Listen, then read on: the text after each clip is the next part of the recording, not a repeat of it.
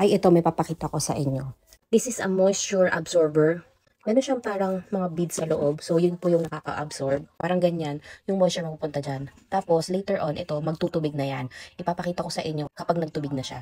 Pero ngayon, wala pa eh. Kasi kakalagay ko lang nito kahapon. Dito ko naman ilagay yung isa sa banyo.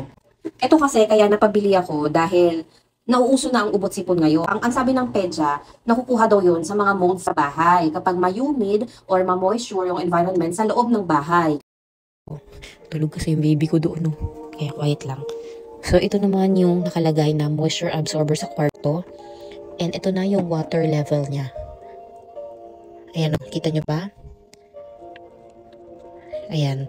Alam ko pag umabot na dito yung water level, ubos na siya, papalitan na siya ng bago. So, effective din talaga itong moisture absorber. Talagang na-absorb niya yung mga moisture sa kwarto or sa bathroom para maiwasan talaga yung mga molds na nagkukos ng mga ubo, sipon ng mga bata. Lalo na kami, meron kaming kids.